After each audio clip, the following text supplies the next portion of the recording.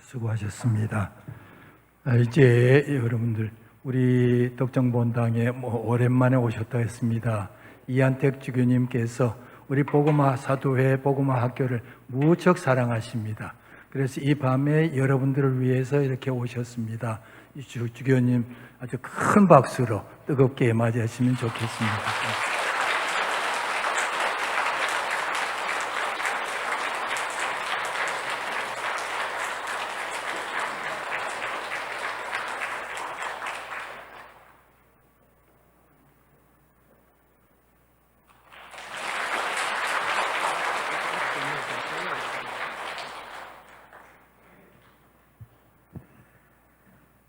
다시 한번 반갑습니다.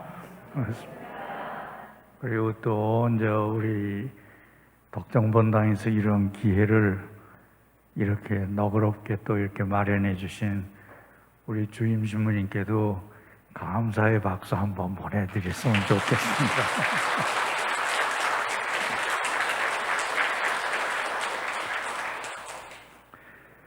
예, 제가 이제 오늘 이제 이런 기회에 또 여기를 이렇게 오도록 초대해 주신 우리 복음화 사도의 여러 형제 자매님들께도 감사를 드립니다.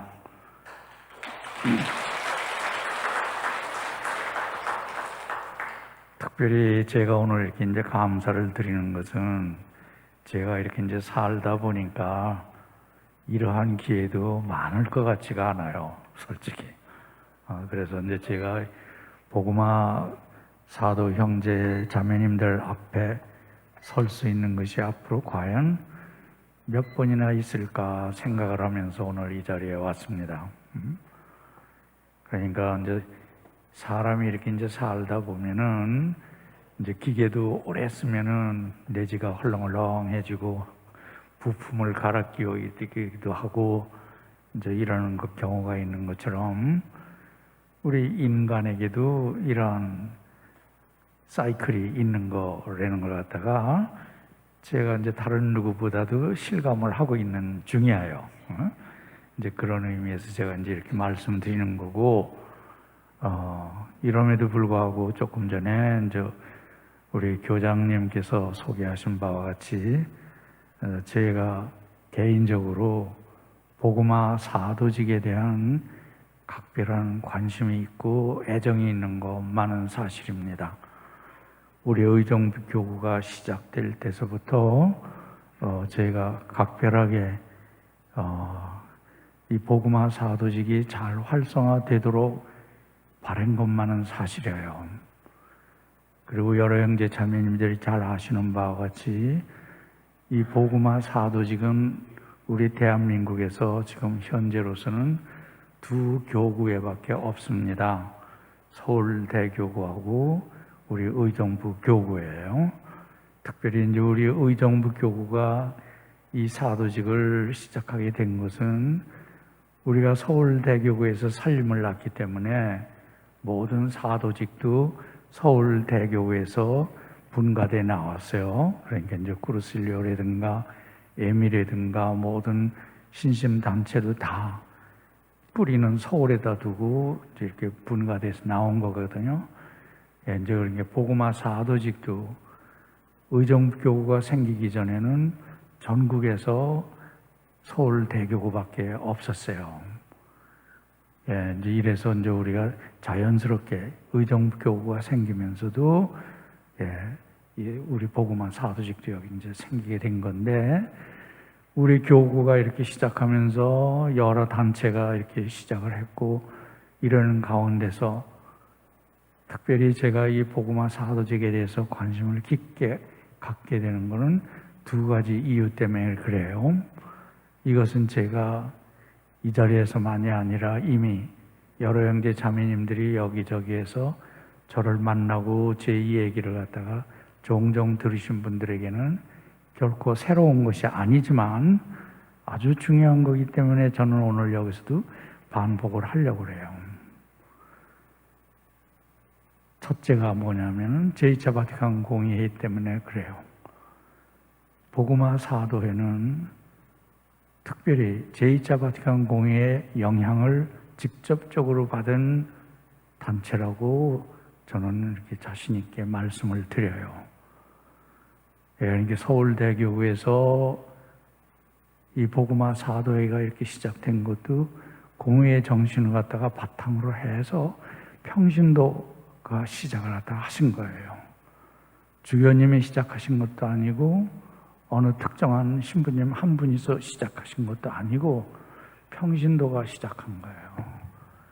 저는 이거 상당히 의미가 크고 우리 한국의 교회의 자랑일 뿐만 아니라 현대적인 의미에서 우리 보편교회가 갖고 있는 여러 가지 의미 중에서 평신도들의 역할이 제2차 바티칸공회에서 두드러지게 나타난 거예요. 어떤 신학자는 뭐라고 그러냐면은 바티칸공회 이전까지는 우리 교계 제도가 삼각형이었었어요. 그런데 제2차 바티칸 공의회가 끝난 다음에는 이 삼각형이 거꾸로 된 거예요. 이게 무슨 말이냐 하면은 잘 아시는 바와 같이 우리 교계 제도는 지금 현재도 교황님을 갖다 정정으로 두면서 각 교구의 교구장, 주교님들이 계시고 교구장님들 보좌하는 신부님들이 계시고 그러면서 그 다음에 이제 신자들이 있는 게 이게 이제 정상적인 삼각형이에요. 근데 제2차 바티칸 공의회에서는 논의된 것이 뭐냐면 하느님의 백성을 갖다 강조를 하면서 평신도들의 역할, 사실은 우리나라 말로 평신도라고 그러는데 엄격하게 얘기할 것 같으면 평자를 빼야 돼요. 그냥 신도의 역할이에요. 그럼 이제 우리 제2차 바티칸 공의회에서는 하느님의 백성을 갖다가 많이 얘기를 해요. 신자라는 것보다는. 하느님의 백성. 우리가 이제 사순절 때 특별히 성주간 중에서 성3일 동안에 아름다운 예절을 갖다 하면서 성금요일 날 여러 가지 기도를 하는 가운데서 그때 강조하는 게 뭐냐면은 하느님의 백성을 갖다가 무지하게 강조를 해요. 그러면 우리들이 일반적으로 하느님의 백성이 뭐냐 할 때 옛날에는 그러니까 바티칸 공회 이전에는 신학자들 가운데서도 또 신부님들 가운데서도 교리를 가르치고 이럴 때 우리 교회 밖에서는 구원이 없다. 이거 무지하게 강조를 했었어요. 그리고 개신교에서는 아직도 그렇지 않습니까? 믿음은 천당, 불신은 지옥이라고 그러죠. 길거리에서도 그러고 전철 안에서도 그러고 이러죠. 그런데 우리 제2차 바티칸 공의회 끝난 다음에는 우리 교회가 강조하고 있는 게 뭐냐면 하느님의 백성이에요. 그런지 하느님의 백성이 뭔가 이럴 때 여러 가지 이제 우리 성금요일 날 기도를 하면서 이 하느님의 백성을 위해서 기도하는 게 쫙 나와요. 하느님의 백성 중에 제일 우선적으로 얘기하는 게 우리 천주교 안에서 세례를 받은 사람들이에요. 그 다음에 또 누구를 위해서 기도를 해요? 천주교는 아니지만 성부와 성자와 성령의 이름으로 세례를 받은 사람들, 천주교가 아니래도 여기에 이제 우리 갈라진 형제들을 갖다 여기서 염두에 두고 있는 거예요. 그 다음에 또 뭐예요? 우리 한국 같으면 말이죠, 200여 년 전에 천주교가 들어왔고 한 100년 동안 박해시대가 지나간다면 종교의 자유가 생기면서 개신교가 들어오게 되고 이제 이랬어요. 그렇다면 우리 한반도에서는 하느님, 그렇지 않으면 예수님 이름을 갖다가 알게 된 거는 아무리 오래됐어도 300년이 안 됐어요. 그렇다면 우리의 조상들, 이시조선, 고려시대, 삼국시대, 단군시대, 이때 우리 조상들은 그러면은 천당에 가신 분들 한 분도 안 계시는가? 우리 교회에서는 그렇게 얘기 안 해요. 그래서 성부와 성자와 성령의 이름으로 세례를 안 받았어도 하느님을 아는 사람들, 또 하느님은 몰라도 하느님의 법이 우리 양심에 있는데 이 양심대로 산 사람들, 양심대로 살다가 돌아가신 분들 헤아릴 수 없이 많아요. 그렇죠? 우리 조상들이다. 그래. 그래서 우리들 어렸을 때, 제가 어렸을 때는 늘 동네에서 듣던 게 있어요. 시골 동네에서라도 공부 못하신 할머니, 할아버지라도 동네 젊은이들이 뭘 조금 잘못하면 에헴 하면서 너 하늘 무서운 줄 몰라 이러면 우리 꼼짝 못하고서 말이에요. 슬금슬금 도망가고 이랬어. 이건 뭐냐면은 천주님 몰랐고 예수님 몰랐고 이랬지만 그분 안에 그분 가슴에, 그 할아버지 가슴 안에는 하느님의 법이 있어. 그걸 양심이라고 그래. 그래서 이 양심대로 자녀들을 갖다 키우고 동네 젊은이들을 갖다가 훈계를 하고 또 자기 자신이 그대로 사는 걸 갖다가 우리 교회에서는 인정해 주는 거, 이게 하느님 백성의 또 한 가지 측면이에요. 이제 이렇게 해가지고 이제 우리가 성삼일 동안에 이제 이런 예절을 갖다 하면서 강조를 했는데, 그러니까 바티칸 공회 이전에 이 개념이 없었던 것이 아니에요. 그런데 제2차 바티칸 공회 때 이것을 무지하게 강조를 하고 우리 공회 교부들께서 이걸 활성화시켜야 되겠다. 이래서 오늘날까지 나오는 게 지금 프란치스 교황님께서 요새 말이죠, 흔하게 우리들한테 말하는 게 뭐죠? 대화한다 그러는 거, 그거 조금 어려운 말로 뭐라 그래요? 요새 우리 덕정본당에서는 그거 안 하셨어요? 대화하라고 그러는 거. 시노달리타스. 이제 지금 생각났죠, 이제. 예, 그럼 이 시노달리타스도 그거의 연장선이에요. 시노달리타스가 강조하는 게 뭡니까?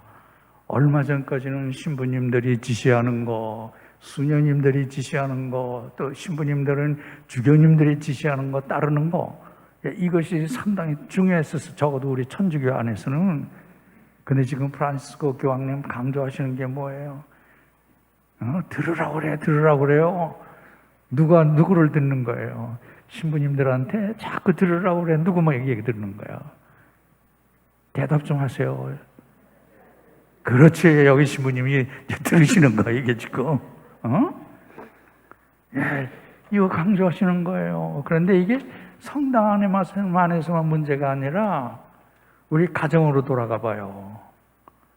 가정에서 엄마하고 아버지하고 신혼 때는 그냥 정말로 그냥 당신 아니면 나 살지 못해 이럴 정도로 살잖아. 그러다가 한 5년 살고 10년 되면 어떻게 해요? 내 당신 이런 줄 알았으면 나 결혼 안 했어 이러고 한 20년 된다면 어떻게 들으나마 안 하고 말이죠. 예? 보기 싫다고 그러고 이제 이러잖아요. 시노달리타스가 여기서도 작용돼야 돼요. 신혼 때만 내가 당신 얘기 듣는 게 아니라 지금 30년이 지난 다음에도 내가 들어야 돼요. 왜냐면은 엄마가 아버지 안다고 그러지만 진짜 엄마가 아버지 다 알아요? 모르는 건 말라요. 왜냐면 깜짝깜짝 놀래요. 어떤 때 당신이 이런 줄 몰랐다고 이제 이래죠. 또 아버지가 엄마를 갖다 다 알았느냐 하면 다 몰라. 그러니까 어떻게 해야 돼요? 매일매일 더 들어야 돼요. 배워야 돼. 제가 지금 90살이 가까워져요. 근데 아직도 배워야 하는 게 한두 가지가 아니에요. 제가 얼마 전에도 좀 허리가 삐끗했어요. 이거 왜 그런지 모르겠어요. 병원에 갔더니 디스크래요. 협착증이래요. 이거 새로운 거예요, 저한테는. 근데 제가 기도하면서 들으니까 주님께서 뭐라고 그러시는지 알아요? 너 지금 그거 당하는 것만 해도 얼마나 다행이야? 너보다 말이죠, 훨씬 젊은 사람들은 50대에도 그거 당하고 40대에도 그거 당하는데 너는 이제 와서 그거 말이죠, 아프다고 그래? 제가 놀라는 거예요. 새로운 거예요. 그러면서 주님이 뭐라고 그러시는지 알아요? 그래도 내가 너한테 아직 집행이 안 줬어. 어? 그러니까 너 아직도 몰라 집행이가 뭔지. 이거 말씀하셔요. 그러니까 제가 관 속에 들어갈 때까지 배워야 할 게 한두 가지가 아니야. 그럼 제가 누구한테 배워야 돼요? 제가 아직도 신자들한테 배워야 되고, 또 신자 아닌 사람들한테도 배워야 되고, 길거리 지나가는 할머니한테도 배워야 되고, 할아버지한테도 배워야 할 것이 있어요. 예, 그럼 다시 이제 우리 복음화 사도직이 왜 중요한 건가? 저는 제2차 바티칸 공의의 정신이, 그러니까 우리들이 시노달리타스 요새 와서 이제 말이 나오지만, 공의의 교부들은 우리 교회가 60년대에 세상이 지금 바꿔지는 거에 대해서 우리 교회가, 천주교회가 이것을 갖다가 보조를 맞추려면은 우리 교회가 바꿔져야 돼.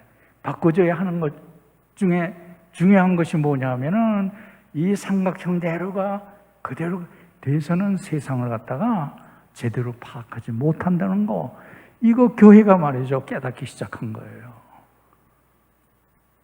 그러니까 교황님이라든가 주교님들이 끌고만 가는 교회가 아니라 우리 예수님이 제자들한테 내 발 씻으라고 내놓으셨어요?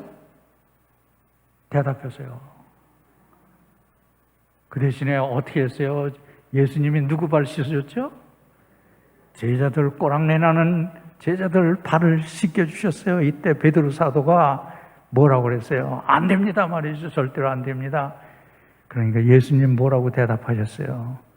만일에 내가 내 발을 씻지 않으면 너하고 나하고 관계 끊어지는 거야. 그러니까 베드로 사도는 또 뭐라고 그랬죠? 그 성격에 머리까지 말이죠 감아달라고 또 이제 이랬어요. 요 짧은 대화가 우리들한테 상당히 중요한 거 얘기하는 거예요. 우리들이 정말로 대화를 한다고 그럴 것 같으면 예수님이 제자들한테 내 발 씻으라가 아니라 내가 당신들의 발을 씻는 것처럼 당신들 서로도 그렇게 해야 된다 이것이에요. 이게 뭐냐면 평화의 바탕이고, 이것이 구원의 바탕이고, 이게 우리 개인 행복의 바탕이에요. 그러니까 가정에서도 우리가 시노달리타스를 갖다 제대로 한다고 그러면은 내 행동 모든 것을 시노달리타스를 해야 돼. 말로 하는 거 듣는 거 이것만이 아니에요. 내가 시노달리타스를 갖다 제대로 할 것 같으면은 눈치를 제대로 알아볼 수 있어요. 눈치가 나쁜 거 아니에요. 우리 한국 사람들 눈치가 무지하게 중요해. 눈치가 빨라야 돼. 눈치가 둔한 녀석은 제대로 얻어먹지도 못해. 근데 눈치가 빨라야지 봉사도 제대로 할 수 있을 뿐만 아니라 내 행복도 되고 상대방의 행복도 되는 거예요. 우리 교회에서는 이것을 갖다가 제2차 바티칸 공의 때 깊이 깨달은 거예요. 그래서 우리 교회가 혁신돼야 되는 것 중에 하나가 뭐냐면은 꼭대기에서부터 내려가는 것만이 아니라 예수님이 우리 성직자들한테 보여주신 게 뭐냐면은 제자들이 발을 씻는 거, 이것을 갖다 하는 거, 이게 서로 사랑하라고 그러는 거예요. 근데 우리 교회가 2000년 동안 내려오면서 이게 굳어버린 게 말이죠. 거꾸로 굳어버린 거에 됐어요. 그래서 성직자들은 권위를 갖게 되고, 권위를 가지니까 시키기만 하고 말만 하고, 봉사를 갖다가 하는 게 아니라 봉사를 받기만 하고, 이래는 쪽으로 점점 굳어진 게 2000년이 된 거예요. 이러니까 2차 바티칸 공의에서 이건 뒤집을 거예요. 이제 이런 면에서 저는 복음화 사도직이 한편으로는 신자로서 아주 겸손하면서 동시에 예수님이 본래 성만찬 때 이룩하신 거, 그리고 지상에서 사시는 동안에 예수님 사신 거 우리 횟수로는 33년에 우리 천주교 전통으로는 33년인데 공생활하신 것은 그 중에 3년밖에 안 돼요. 제가 피정 지도할 때마다 강조하는 게 뭐냐면 33년 마이너스 3 뭐예요? 30년 예수님 뭐 하셨어요? 성모님 밑에서 인간 수업 받으셨어요. 인간의 수련을 받으신 거예요. 30년 동안, 3년 동안에 공생활을 갖다가 준비하시기 위해서 30년 동안 성모님한테서 훈련 받으신 거예요. 무슨 훈련 받으셨어요? 인간 훈련을 받으신 거예요. 예수님이 강론하시는 거, 예수님의 행동하시고 이런 거 이거 다 어디서 배운 거예요? 나자렛에서 배운 거예요. 제가 개신교 신자들하고 대화할 때 강조하는 게 이거예요. 개신교에서는 말이죠, 소위 말하는 소라 스크립투라라고 그래가지고 모든 진리가 성경 안에만 있다고 그러는데 우리 천주교에서는 그것만 가지고는 안 된다는 거 제가 강조를 해요.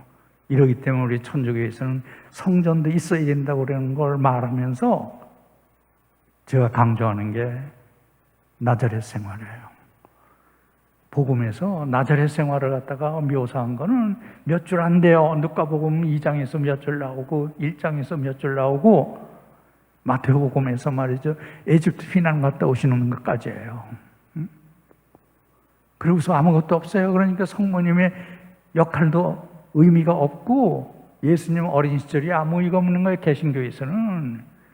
근데 우리 천주교에서는 이거 성경의 기록에는 별로 없지만 예수님 공생활 하시고 십자가에 못 박혀 돌아가시는 이 훈련을 어디서 받으셨는가? 예, 이건 나자렛에서 배우신 거예요. 이게 우리 교회 전통이에요.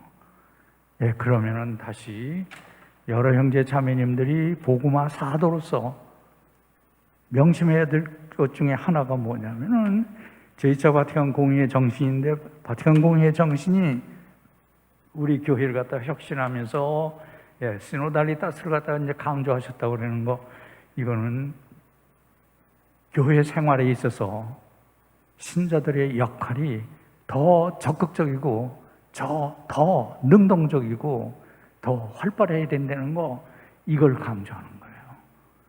이런 의미에서 저는 복음화 사도직이 평신도들이 강의도 하고 평신도들이 모임도 하고 평신도들이 찬양도 하고 평신도들이 봉사를 갖다 자발적으로 하고, 그러니까 우리 본당 주무님도 아까 이 미사 전에 저한테 여러 형제 자매님을 갖다 잔뜩 지켜 세우셨어요. 제가 민망할 정도로. 그러면은 여러 형제 자매님들이 본당에서 활동하는 거 능동적으로 하고 적극적으로 하고 해야 되는 거, 이게 공의의 정신이고 공의에서 이걸 갖다 강조하는 거야. 이런 의미에서 저게 의미 크다는 거 말씀드리고 싶어요. 이제 두 번째는 우리 한국교회하고 관련시켜서 말씀드리고 싶어요. 우리 한국교회에 사는 한국교회의 역사는 이 세상에서 아주 독특해요. 다른 나라에서는 이런 역사가 없어요. 적어도 지금까지는 모든 나라에 우리 교회가, 그리스도교가 전파하는 데 있어서는 언제든지 선교사가 먼저 들어갔어요. 근데 우리나라는 선교사 없이 우리 조상들이 먼저 가서 자료를 갖다가 스스로 가져왔고 그것을 스스로 연구를 했고, 이 연구한 것이 신앙생활로도 바꿔지고 이러는 것이, 물론 거기 성령께서 인도하신 것이 있지만, 우리 외형상으로 볼 때는 이건 우리가 스스로 한 거예요.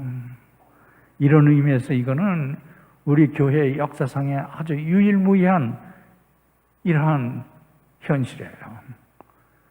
그러면은 우리 교회가 200여 년 전에 이 땅에서 선교사 없이, 그러니까 성직자들이 없이 시작될 수 있었다는 거, 이건 뭐냐면은 신자들이 자발적으로 하느님의 성령의 비추심을 받아가지고 신앙생활을 갖다가 스스로 시작했다는 거, 이 전통을 갖다가 이어받는 것이 저는 복음화 사도직이라고 생각을 해요. 이래서 저는 이 두 가지를 갖다 말씀드리면서 여러 형제 자매님들께서 복음화 사도라는 이 한 가지만 한다 하더라도 아까 미사 때 신부님께서 부르심 받은 걸 갖다가 언급을 하셨어요. 이 자리에 앉아 계신 여러 형제 자매님들 한 분도 부르심에서 예외되신 분이 없어요. 우선 우리 교회로다가 부름 받으신 거, 이거 내 발로 걸어 들어왔다 하더라도 성령께서 나를 갖다가 인도해 주셨고 부르신 거고 내가 응답한 거에 지나지 않아요. 여러 형제 자매님들이 결혼하신 것도 부르심이에요. 여러 형제 자매님들이 복음화 사도회로 들어올 수 있는 것도 부르심이었었어요. 여러 형제 자매님들이 어떠한 상황에서든지 간에 내가 거절하지 않고 신앙생활을 갖다 할 수 있는 거, 이것도 우리 교회 입장에서 볼 때는 부르심에 대한 우리들의 응답이에요. 근데 이제 중요한 거는 우리들이 오늘 첫째 독서에서 나온 것처럼, 미사의 첫째 독서에서 나온 것처럼 우리 신앙생활이 제대로 되려면 어떻게 돼요? 우리 천주교에서는 이제 개신교하고 우리 은총론에 있어서 차이가 나는 거, 이거 역시 제가 이 복음화 사도직에서는 여러 기회 때 언급을 했습니다만은 개신교의 은총론하고 우리하고의 은총론의 큰 차이점이 이제 개신교는 믿기만 하면 된다고 그래요. 그러니까 어떤 때는 극단적인 질문도 우리한테 할 때가 있어요. 당신 말이죠, 구원받을 때는 거 언제 안 느꼈느냐고. 그러니까 개신교 사람들은 오늘 죽이면 바로 그냥 천당 가는 거 아니면 지옥 가는 거예요. 근데 제가 거꾸로 물어볼 때가 있어요. 정말 당신 지금 죽으면 천당 갈 자신 있느냐고. 그러면 말이죠, 대답 못 해요. 왜 대답 안 해요? 이러면 말이죠, 움츠러들어요. 대답을 못 하고. 자신 있는 거 없죠. 이것이 이제 뭐냐면은 우리 천주교에서는 개신교하고 똑같게 하느님의 은총 없이 구원받을 수 없는 거, 이건 우리들도 마찬가지예요. 그런데 우리는 거기서 끝나질 않아요. 우리는 내 나름대로 이 은총에 최선을 다해서 노력을 해야 돼. 협력을 해야 돼요. 그렇잖아요. 여기 지금 앉아 계시는 엄마, 아버지들 안에 다. 그러면 꼬마들을 키우실 때 어때요? 어떤 녀석은 엄마가 밥을 해놓고 다 차려놓고 나와서 먹어라 해도 휴대폰만 들여다보고 있어. 이런 녀석이 있는가 하면 말이죠, 어떤 녀석은 말이죠, 상 차리기도 전에 나와가지고 엄마 내가 뭐 하면 돼? 그래, 그럼 나가서 숟갈 좀 놔라 말이죠. 가서 또 말이죠, 어떤 녀석은 말이죠, 반찬 날르고 이제 막 이래. 이 두 자녀들 중에 어떤 녀석이 더 엄마 마음에 들어요? 전자요, 후자요? 후자죠? 이게 우리의 은총론이에요. 하느님이 날 불러주시는 거 감사한 거예요. 근데 질질 끌려가는 녀석이 있고, 주님 어떻게 해서 나 같은 사람을 불러주십니까? 감사합니다 말이죠. 이러면서 뛰어가는 녀석이 있고 이래. 주님께서 보실 때 어떤 녀석을 더 좋아할 것 같아요? 양팔 벌리고 엄마한테 가서 매달리는 녀석이 좋아요? 그렇지 않으면 엄마가 오라고 그래도 말이지 갈까 말까 하는 녀석을 좋아해. 그러니까 이제 여기서 복음화 사도들은 말이죠, 제 생각에 우리 신앙생활에서 능동적으로 해야 되는 거, 적극적으로 해야 되는 거, 이왕 말이죠, 내가 신앙생활 하려면 아주 뜨겁게 해야 돼요. 내가 선택해서 해야 되고, 내가 기쁘게 해야 되고. 그런데 하느님이 날 먼저 불러주신 거예요.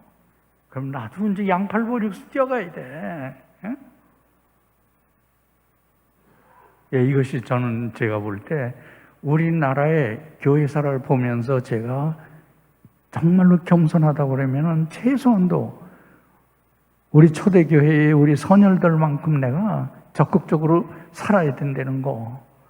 근데 오늘날 우리 시대를 갖다 이렇게 볼 것 같으면은 복음화 사도직이 얼마만큼 소중한가 하는 것을 제가 요 며칠 전에 어떤 분이 저한테 카톡으로다가 레오 10세 교황님 상분을 갖다 보내시면서 이분이 말씀하신 거 한 구절을 갖다가 인용을 했어요. 뭐라고 그랬느냐면, 우리가 현대 변천하는 거에 마냥 흘러들어갈 것 같으면은 앞으로는 우리 교회가 신자 수가 줄어들고, 또 우리 교회를 갖다가 싫어하는 사람들은 결코 우리 교회의 매력을 느끼지 못할 거다, 이런 말씀을 했어요. 그런데 제가 그것을 개인적으로도 동의를 합니다. 보세요. 지금 우리가 지금 살고 있는 우리 대한민국의 형편은 적어도 제 경우고 제가 어렸을 때하고 지금 이렇게 비교를 하면 지금 훨씬 더 잘 먹고 더 맛있는 거 먹고 배부르게 먹고 있어요. 저는 제가 초등학교 다닐 때 두 끼 먹는 거, 이건 황송했었어요. 어떤 때는 두 끼도 못 먹었어요, 하루에. 그리고 먹는 거 두 끼, 하루에 두 끼도 못 먹어도 그 먹는 것이, 고기 같은 거는 뭐 열흘에 한 번도 있을까 말까 하고, 한 달에 두 번 정도, 이것도 감지덕지할 이러한 때가 있었어요. 그런데 행복 지수는 지금이 더 좋은가 하면 그렇지 않아요. 그럼 이제 배부른 것도 그런데 편한 것도 마찬가지예요. 지금 편한 것도, 제가 말이죠, 한마음 수련장에서 오늘 여기 오는데도 저 말이죠, 자동차 타고 왔어요. 회장님이 태워주셨어. 근데 옛날 같으면 이 정도는 걸어 다녔어요. 우리 최창무 대주교님 고향이 어디죠? 저 갈곡리인데, 갈곡리에서 말이죠, 이 의정부 성당까지 늘 걸어 다녔대요. 생각을 해보세요. 갈곡리에서, 지금 말이죠, 갈곡리에서 여기 의정부 이동까지 걸어올 녀석이 있어요? 없죠. 그런데도 최창무 대주교님도 그때가 행복했다고 그러셔요. 그럼 우리 다시 복음화 사도지기로 돌아와가지고 제가 여러 형제 자매님들께 상기시켜 드리는 게 뭐냐면은 200여 년 전에 우리 조상들이 어떠한 신앙생활을 하셨고, 어떠한 저기로다가 이 신앙을 갖다가 고맙게 생각하시고 응답을 하셨는지, 그것이 오늘날의 우리 신자들, 복음화 사도들도 그 정신을 갖다가 얼마만큼 본받으려고 하고 계시는지 저는 이 질문을 던지고 싶은 거예요. 그러니까 이제 오늘 여기 오신 분들, 제가 상 드리고 싶어요. 그래서 제가 말이죠, 오늘 여기 오신 분들을 위해서 제가 오늘 이따 갈 때 주모경 한 번 예약했어요. 이거 제가 드리는 이제 상인데, 제가 이 상을 드리는 이유는 뭐냐면은 여기 올 수 있는데도 안 오신 분들 참 많아. 그렇죠? 그런 분들한테 비교할 때 여기 오신 분들이 얼마나 적극적이고 얼마나 능동적이야. 그럼 이제 제가 조금 더 욕심을 부린다고 그러면은 이제 여기 나오신 분들 중에 조금 더 적극적으로 이제 하려면 본당 생활 조금 더 적극적으로 하고 열심히 이제 하시는 거. 이게 이제 복음화 사도들이 이제 하는 거예요. 왜냐면은 200여 년 전에는 미사 참여 한 번 하기 위해서 어떻게 해야 됐어요? 경우에 따라서는 200리까지도 밤낮으로 걸어가가지고서 미사 참여를 하신 적이 있어요. 또 어떤 분들은 1년에 한 번밖에 못 보는 성사를 보기 위해서 열일 다 제치고서 말이죠, 신부님 계신 데를 갖다가 찾아서 간 경우도 한두 번이 아니에요. 200여 년 전에 우리나라 선조들이 이랬었어요. 보세요. 우리 1784년이 우리 천주교회 시작됐다고 그래요. 이승훈 선조께서 중국에 가서 세례받고 오셨잖아요. 그러면은 이승훈 선조께서 세례를 받으시기 전에 무슨 일이 일어났었어요? 천지남하고 주어사 사건이에요. 이거는 말이죠, 1779년서부터 80년 사이에 일어난 거예요. 그럼 보세요. 이벽 선조께서 서울에 말이죠, 청계천변에서 살으셨는데, 거기서 천지남에서 강학회라는 것이 일어나고 있다는 걸 들으셔가지고 열일치고서 말이죠, 눈이 펑펑 쏟아지는데 주워서까지 갔어요. 근데 주워서 갔는데 벌써 해가 떨어졌어요. 그 계곡에서. 그런데 주워서에서 말하기를 갖다가 여기가 아니라고, 이 산 너머에 천지남에서 일어난다고. 예, 그러니까 이 양반은 식사도 안 하시고 오밤중인데도 주워사에서 말이죠, 앵자봉을 넘어서 천지남으로 가셨어요. 천지남 가가지고 거기서 한 10명의 선비들이 모여서 강학회를 하는데 거기 참석을 하셔. 생각을 해보세요. 서울에서 주워사까지 가는 거는 배를 타고서 올라가야 되는 거예요. 한강 배를 타고서. 근데 주워사에서 앵자봉을 넘어가는 거는 배도 없고 자동차도 없고 마차도 없고 오밤중에 걸어서 산을 넘어가야 되는 거예요. 호랭이도 있고 이런데 말이죠. 이런 열성을 갖다가 내면서 천주교회를 갖다 연구를 했어요. 그때 책도 많지 않을 때예요. 그리고 유교가 우리나라를 갖다가 지배할 때예요. 그러고서 이게 성당에서 하는 것도 아니고 절간에서 하는 거예요. 근데 이 양반들이 밤새워가면서 토론을 해요. 정말로 이 우주의 주인이 계시는가? 그분이 진짜 천주인가? 만물을 갖다가 창조하셨는가? 이런 걸 갖다가 밤새워가면서 연구를 해요. 근데 다른 학자들은 아직도 연구를 할 때 이벽 선생님이 뭐라고 그랬느냐면 수행을 하자고 그랬어요. 그러니까 아침에 일어나서 세수를 하고 우리 묵상을 하자. 아까 우리들도 이 강론 시작하기 전에 우리 잠깐 묵상했죠? 이거 상당히 좋은 풍습이에요. 우리들 하느님께 마음을 올려드리고 하느님께서 나한테 무엇을 비춰주시는지 이거 잠깐 생각해 오는 거, 이거 잠깐이라도 상당히 중요해요. 그러니까 우리는 무슨 일을 시작하든지 성부와 성자와 성령의 이름으로 하면서 나 혼자가 아니라 성령께서 나와 함께 하시면서 나를 인도해 주시고 나를 비춰주시고 내 마음을 갖다 열어주시고 하느님의 마음을 갖다 비춰주시고 우리한테 내가 머리로 이해할 수 없는 거 하느님이 보여주시면 보여요. 우리들 어렸을 때 혼자 이렇게 지나가다 보면 말이죠, 반딧불이 지나가는 거 이거 이해 못하고, 바람이 불 때도 말이죠, 나무가 흔들리는 거 이해 못해. 이럴 때 엄마 손잡고 가면은 이거 이해하기가 쉬워. 엄마 이거 뭐야? 그거 반딧불이야. 반딧불? 조금 이따 또 물어봐요. 엄마 이거 뭐야? 근데 의도만이면서도 반딧불이야. 그럼 그거 배워줘요. 엄마가 말하는 거 내가 알아들을 수 있어. 나 혼자는 모르지만.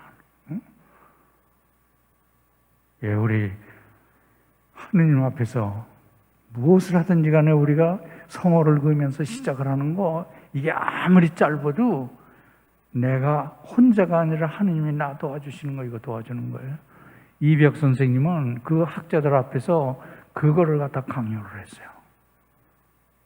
다른 학자들은 이론적인 거 이것만 가지고 성리학에서는 이렇게 얘기하는데, 장자는 이렇게 얘기하는데, 노자는 이렇게 얘기하는데, 그런데 서양에서 온 책은 이렇게 얘기한다.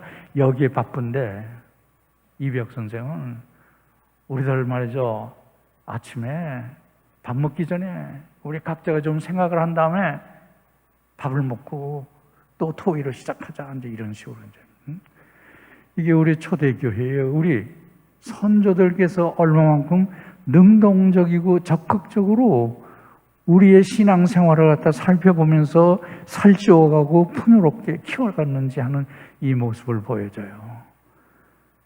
저는 오늘 우리 복음화 사도들이 이 역할을 갖다가 해 주시는 것이 어떨까, 저는 이렇게 느껴져요. 그러니까 강학회 학자들이 하신 것처럼 지금 우리 현대인들이 말이죠, 계속해서 지금 물질적으로 흘러가고 무신론적인 이러한 말이지 세속주의로 지금 말려 들어가고 있고 흘러가고 있고 비틀거리고 있고 이럴 때 우리들은 그 손가락질만 하고 욕만 하는 게 아니고, 보세요. 우리 지금 정치 지도자들이 약속하는 평화가 뭔가? 지금 베이든이 하건 시진핑이 하건 푸틴이 하건 김정은이가 하건 간에 평화의 도구가 뭡니까? 힘이에요. 예, 핵무기가 있어야 돼요. 예, 이제 지금 와서는 말이죠. 예, 우리 대한민국이 지금 자랑하는 것 중 하나는 무기를 갖다가 잘 만든다는 거예요, 요새. 탱크가 어떻고 말이죠. 장갑차가 어떻고. 우리 이거 가지고 또 자랑을 하기 시작을 해. 근데 정말로 탱크가 평화를 갖다 가져옵니까? 정말로 핵폭탄이 말이죠. 평화를 가져옵니까?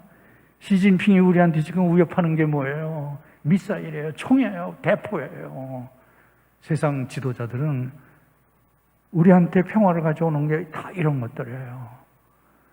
그런데 성령께서 우리한테 주시는 평화는 뭡니까?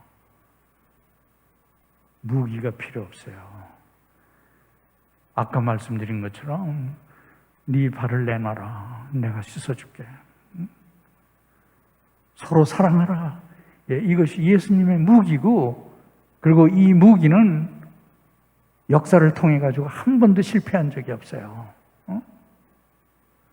그 유명한 나폴레온이 말이죠. 세계를 제패하고 나중에는 몰락해가지고 귀양살이 섬에 가서 혼자 죽게 됐을 때 이때 생각을 했어요. 알렉산더 대왕도 그렇고 나도 그렇고 내가 힘이 있을 때는 우리들 말 한마디에 산천초목이 흔들렸는데 우리들이 몰락한 다음에는 내가 무슨 소리를 해도 아무도 들어주질 않아. 그런데 우리들의 권력에 비해서 예수라는 사람은 어떻게 된 게 총칼 하나 흔들어 본 적도 없고 이런데 예수라는 사람이 죽은 다음에는 예수님이 살아있지도 않은데도 그 예수님을, 죽은 예수님을 위해서 남편이 아내를 버리고 아내가 남편을 버리고 부자가 말이죠 모든 재산을 버리고 이러면서도 그 예수한테 마음을 팔리는데 어떻게 된 건가? 나폴레온이 얻은 대답이 뭔지 알아요? 알렉산더 대왕이나 나는 총칼을 가지고서 세계를 제패했는데 예수라는 사람은 총칼을 가지고 지배를 하지 않고 사람들의 마음을 사로잡았다 이랬어요. 참 중요한 말 아니에요? 보세요. 집에서 엄마 아버지하고 말다툼을 하다가 잿더리를 던지고 말이죠. 뭐 이러면 제패당해요? 더 화가 나지. 두고 봐라. 이제 다음번에는 내가 이제 한바탕 할 거라고 이제 아마 이제 이렇게 되죠. 그런데 사랑으로 다 다루는 사람은 끝에 가서 언제든지 이기는 법이에요. 예, 그럼 이제 다시 한번 우리 강학회나 우리 선조들한테 이렇게 돌아와 보세요. 우리 순교자들 중에는 요새 말이죠. 우리가 이제 이 순교자, 한국 순교자들에 대한 책들이 많이 나와요. 될 수 있으면 좀 읽어보셨으면 좋겠어요. 한두 권이라도. 그러면은 우리 순교자들의 공통점이 뭐냐 하면은 우리 순교자들은 고문을 당하면서도 그 고문을 하는 사람들한테서 소리 질러가며 싸우질 않았어요. 오히려 다 받아들일 뿐만 아니라 그 사람들을 위해서 기도를 하셨어.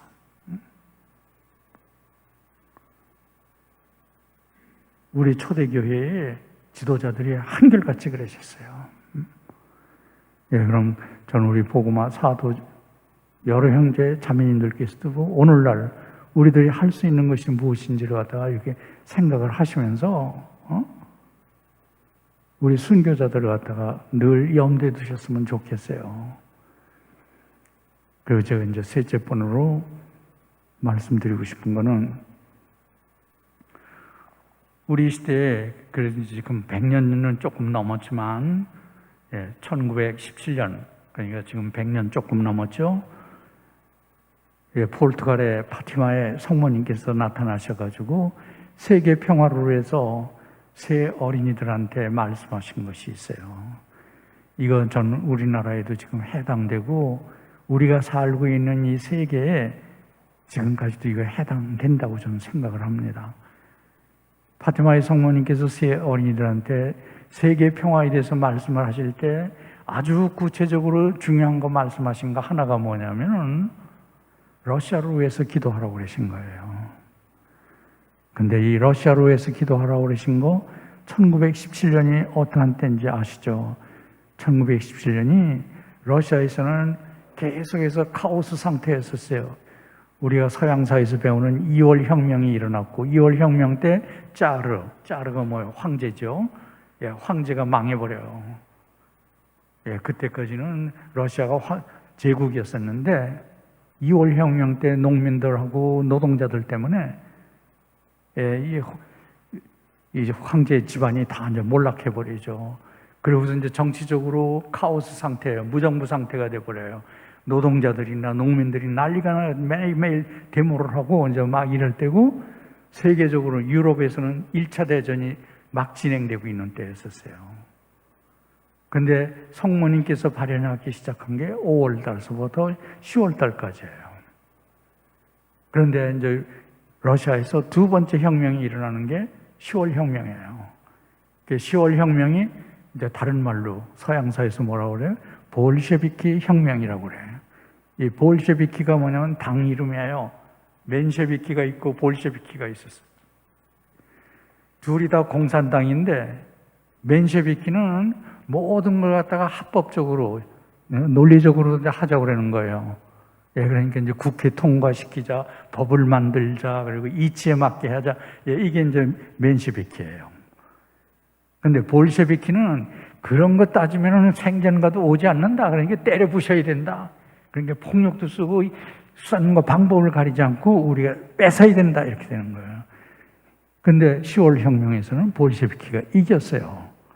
예, 이제 볼셰비키가 이겨가지고 공산당 정부가 그게 이제 우리가 말하는 소련이에요.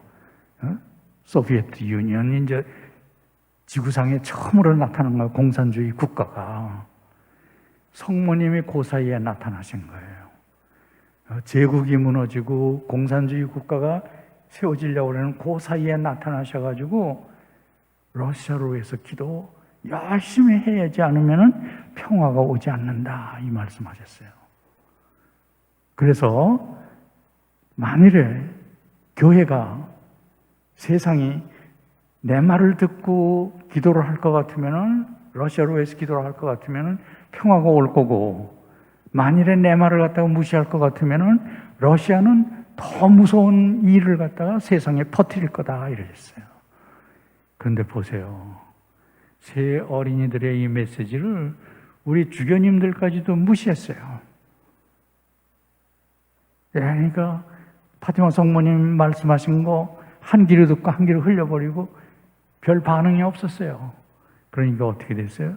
예, 히틀러도 나타나고 2차 대전도 생기고 2차 대전 생긴다면 어떻게 돼요? 전 세계가 공산주의하고 자유진영하고 대립이 됐을 뿐만 아니라 우리 한반도에도 말이죠. 북쪽에서는 인민민주주의 공화국이 생기고 중국에서는 모택동이가 말이죠. 공산당을 장개석을 갖다가 물리칠 정도로 커져가지고 오늘날의 중국 공산당이 된 거고 말이죠. 이제 이런 결과가 이제 온 거죠.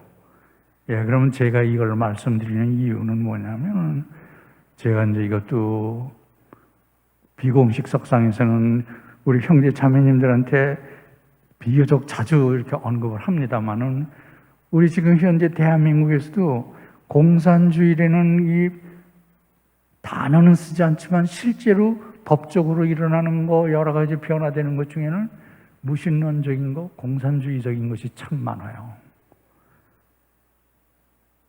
한 가지 예를 들자면은 요새 국회에서 말이죠. 발의는 됐고 아직 결정된 건 없어요. 그러나 발의까지는 됐어요. 그게 뭐냐면은 포괄적 차별금지법이에요. 지금 이 자리에서도 이거 알고 계시는 분들도 계시지만 천주교 신자 중에 대부분이 아직도 몰라요. 신부님들까지 포함해서. 우리 천주교에서는 말이죠. 제가 알고 있기로는 주교님들 중에도 지금 현직에 계신 주교님들 중에는 한 분도 이걸 갖다가 공식적으로 언급하신 거 제가 가톨릭 신문인에서나 평화신문에서 읽은 적이 없어요. 우리 천주교에서는 광주대교구의 신부님 한 분만 이거 지금 자기 강론을 유튜브를 통해서 언급을 하고 계세요. 천주교에서는. 근데 개신교에서는 세미나도 하고 집회도 갖고 데모도 하고 지금 난리가 났어요. 이거 반대하느라고. 근데 우리 천주교는 평화신문이나 가톨릭신문에서는 오히려 좋은 것처럼 쓰는 걸 갖다 제가 읽어요. 기사를 갖다가. 그러니까 이제 포괄 금지법이라는 거 언뜻 듣기는 참 좋은 거예요. 왜냐하면 차별 금지하는 거 얼마나 좋아. 남녀 차별 말이죠. 장애인들 차별하는 거 등등 이런 거 금지한다는 거 이거 다 좋은 거 아니에요? 중요한 건 뭐냐면은 공산주의자들이 할 때는 어떻게 되냐면은 좋은 것들을 갖다가 한 10가지 집어던지면서 그 중에 나쁜 거 하나 탁 집어넣어요. 이게 무서운 거예요. 그러니까 초콜릿도 한 10가지 던지면서 거기에 독약 하나 탁 집어넣어봐요. 어떻게 되나. 그거 왜 먹을 수 있어요? 위험하잖아요. 공산주의가 이런 식으로 하는 거예요. 근데 지금 우리 대한민국 국회가 이런 식으로 지금 해가고 있어. 지금 낙태법만 해도 보세요. 또 낙태법 어떻게 됐는가. 2년 전에 말이죠. 낙태법 우리 대한민국 헌법이 금지하고 있었거든요. 그거 갖다가 말이죠. 헌법재판소에 제소를 했는데 헌법재판소에서 뭐라고 그랬어요? 헌법이 불일치하다. 그러니까 국회에서 이 법 바꿔라 이렇게 했어요. 2년 내에 바꾸라고 했는데 2년 지나갔어요 벌써. 그러니까 지금 어떻게 돼요? 의사 간호사들은 갈 필요를 못 잡아요. 이거 해줘야 되는지 말아줘야 되는지 이런 것들이 다 혼란 상태에 들어간 거예요. 이게 이제 공산주의자들의 수법하고 똑같은 건데 우리나라 국회가 이거 하고 있어요. 그리고 조금 전에 제가 말씀드린 말이죠. 포괄금지법, 차별금지법 이것도 보세요. 제가 슬쩍 하나 집어넣는다고 그랬잖아요. 그럼 장애인들 차별하는 거, 남녀 차별하는 거 이런 거 다 한 다음에 뭘 집어넣느냐 하면은 성소수자들 차별법도 거기 들어가는 거예요. 성소수자들이 누구죠? 동성애자들이에요. 그럼 이 법이 만일에 통과된다고 그러면은 통과된 다음에 신부님이나 저한테 두 남자들이 와가지고 주교님 우리 둘이 결혼하려고 하는데 좀 줄에 좀 서주세요. 그럼 제가 두 남자한테 줄에 서줘야 돼요? 아니죠. 지금은 내가 고개 흔들어도 괜찮아. 근데 그 법이 통과되면은 고개 흔들면 말이지 잡혀 들어가요. 그렇잖아요. 벌금을 내든지. 그러니까 두 남녀가 오든지 두 남자가 오든지 두 여자가 오든지 동성애자들도 이제 이런 걸 갖다 살짝 집어넣는 거예요. 그냥 여러 가지 이제 좋은 법에다가 말이죠. 그러니까 이제 이런 것들이 제가 이제 지금 복음화 사도직 여러 형제 자매님들이 하시는 거 우리 초대교회 우리 선열들하고 이렇게 비교를 할 것 같으면 우리가 지금 철저하게 제가 지금 말씀드린 건 몇 가지 이런 걸 갖다가 지금 연구를 하셔야 돼요. 이게 꼭 신부님들만 연구하셔야 되는 게 아니라 이거 우리 신자들한테 직결되는 것들이에요. 매일매일 생활하고 연결되는 것들이에요. 왜냐면은 어떤 때는 우리 집안에도 동성애 성향이 있는 애가 있을 수가 있어. 이런 애들을 내가 어떻게 지도할 건지 어떻게 취급을 할 건지 이거 잊어서는 안 되죠. 그러니까 이 모든 것들이 다 우리 일상생활하고 연결되는 거예요. 우리 초대교회 우리 선열들께서는 보세요. 윤지충이 말이죠. 금산에 우리나라에서 제일 먼저 순교 당하신 분 아니에요? 그러니까 84년 지난 다음에 말이죠. 이 일이 있었는데 제사 지내는 거 이거 실제적인 문제 있어. 그 당시에는 우리나라에서 말이죠. 제사를 안 지내면 난리가 나는 건데 윤지충은 자기 어머님이 돌아가셨을 때 유교식으로 안 하고 우리 천주교식으로 이제 했기 때문에 집안에서 난리가 나고 그 고을에서 말이죠. 잡아다가 나라님한테 고백하니까 서울까지도 끌려갔다가 순교를 갖다 당하게 되잖아요.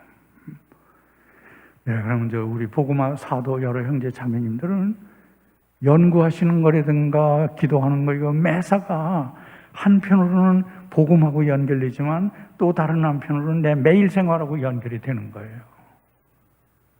그런데 이거 그냥 가만히 앉아가지고 되는 거 아니에요. 우리 선열들께서는 연구를 참 많이 하셨어요. 영세 받기 전서부터. 그럼 우리들도 이거 연구를 갖다 좀 해야 된다는 거.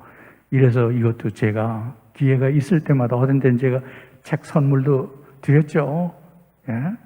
연피정하고 이제 이럴 때 제가 드린 거, 우리 프란시스 교황님 책, 프란시스 교황님에 관한 책도 많고 교황님이 쓰신 책도 많고 이랬는데 이 중에서 제일 중요한 책이 복음의 기쁨이에요.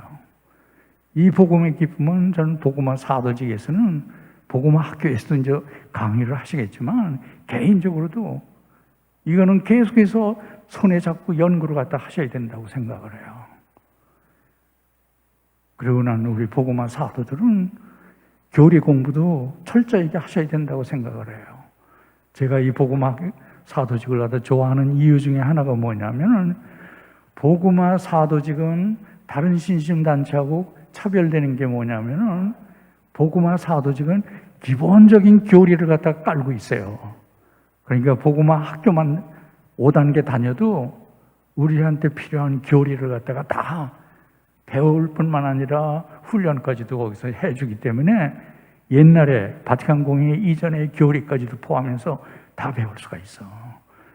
여기에 비교해가지고 예를 들어서 성령 세미나를 간다고 그러면 성령 세미나에서도 우리 은혜 많이 받아요. 근데 거기서 받는 은혜는 아주 특정해. 또 성령 세미나에서 모든 교리를 갖다가 균형 있게 가르쳐 주는 건 아니에요. 특정한 체험을 갖다 하는 거지. 에미도 마찬가지예요. 꾸르슬리오도 마찬가지예요. 근데 이제 이 복음화 사도직은 특히 복음화 학교만 다닌다 하더라도 우리 교회에서 가르쳐 주려고 하는 기본적인 교리를 갖다가 다 가르쳐 주고 훈련을 시켜주는 거예요. 특히 복음서리에서는. 예, 이제 이래서 이게 중요하다는 건 말씀드리고, 제가 이제 이런 식으로 말씀드리면 밤을 새울 것 같으니까 우리 이제 이 정도로만 하고 졸리기 전에 끝내드려야지 또 우리 형제 자매님들 내려가서 또 하실 일도 있고 이제 이러니까 제가 이 정도로만 하겠습니다. 영광이 성부와 성자와 성령께 성부와 성자와 성령의 이름으로 아멘. 감사합니다.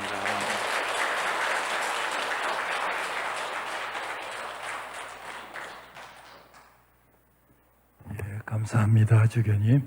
이렇게 주교님 좋은 말씀하셨는데 박수는 너무 적어, 그렇죠? 이렇게. 감사합니다. 네, 그래서 주교님께서 이제 이렇게 모처럼 오셨으니까 여러분이 이따가 우리 교리실로 이제 저 강당으로 내려가실 때에 주교님께서 여러분들 한 분 한 분 손을 꼭 잡아주신다 그랬습니다. 그래서 이거 하시고 또 여러분들 오늘 1단계 10과 이렇게 하시느라고 고생하셨으니까 우리 그 봉사자들이 또 이렇게 여러분들을 위해서 조그만 파티장을 마련했거든요. 그러니까 거기 내려가서 또 한잔 하시고 또 이렇게 거기서도 제가 또 조금 잔소리 할 것도 있습니다. 그러니까 하시고 그렇게 하시면 좋겠습니다. 신부님 뭐 다른 말씀하실까요? 우리 신부님 이런 자리 안 마련해 주시지 않았으면 우리 일 못합니다. 그렇죠? 우리 신부님께, 주임 신부님께 크게 감사 박수 좀 부탁드립니다. 감사합니다. 네, 감사합니다. 예, 그러면은 봉사자들은 다 나갔지요. 예, 그러면 예, 나가시고 봉사자들만 먼저 나가시고 예. 이따가 여기 사무적인 것도 조금 말씀드릴 게 있습니다. 그러니까 하고 제가 이제 말씀드릴 때에 1단계가 책 이름이 뭐였었죠?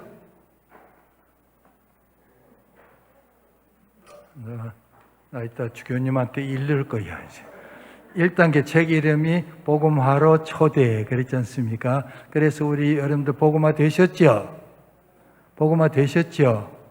예, 그래서 어떻게 한다 그랬습니까? 땅 끝에 이르기까지 전하자. 그게 이제 우리 2단계거든요. 그래서 가서 2단계 여러분들 다 하실 걸로 알고 있고요. 내려가서 그러면은 예, 천천히 주교님 어느 쪽에 계신 것 같아요? 가능하면 이쪽 줄로 나가시면은 주교님께서 여러분들 손 좀 잡아주시고 축복해 주실 겁니다. 수고하셨습니다. 감사합니다.